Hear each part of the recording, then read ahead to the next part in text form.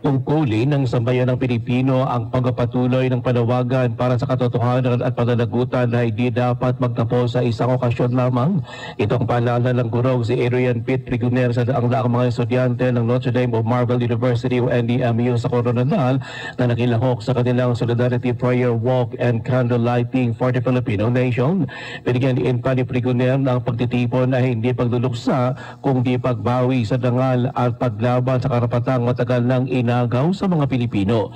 Sinabi pa nito na ang mga ninakaw na pera ay napunta pa sana sa mga serbisyong pangkalusugan, edukasyon, daan at iba pang pangangailangan. Ayon pa kay Prigoner, ang mga kandila ay sumisimbolo ng liwanag at apoy na kayang sunugin ang dilim na matagal nang bumabalot sa Pilipinas.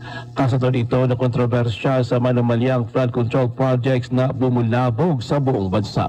Ruel Usano, NDBC, Bida Balita.